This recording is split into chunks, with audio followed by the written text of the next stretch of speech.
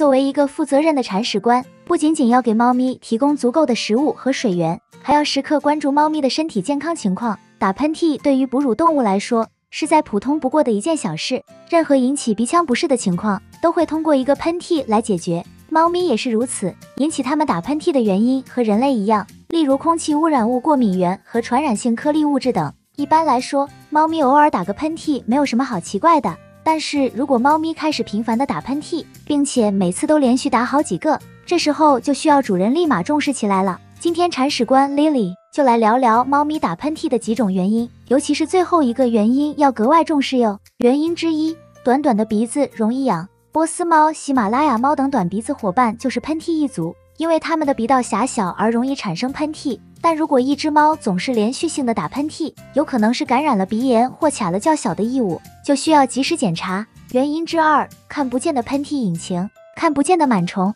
飘毛浮游在空气中，或藏身在地毯和衣被里，遍及室内任何角落。这些小东西四处乱逛，有些物质是细小到肉眼看不到的，有些是通过阳光的折射才能看到的，就是它们让那些容易敏感的猫咪们喷嚏不断。原因之三，普通感冒。猫咪得了感冒也会打喷嚏、流鼻涕。当上呼吸道感染比较严重时，猫咪的体温升高，喷嚏会升级为剧烈的咳嗽。如果猫咪出现了这样的症状，主人应该及时带猫咪去医院，由医生进行判断和检查，并在医生的指导下进行药物治疗。原因之四，一种比较严重的猫咪疾病，病毒性鼻气管炎是终极版的病毒杀手，打击面之大，发病率之高，绝对不比肆虐人类的 SARS 逊色多少。其中打喷嚏就是这种病的病症之一。看似柔弱软萌的猫咪生病时却十分会隐忍，它们不会轻易透露自己身体不适的信息，也不会像狗狗一样发出嘤嘤嘤的声音寻求帮助，而这时候就更加需要主人们的细心观察。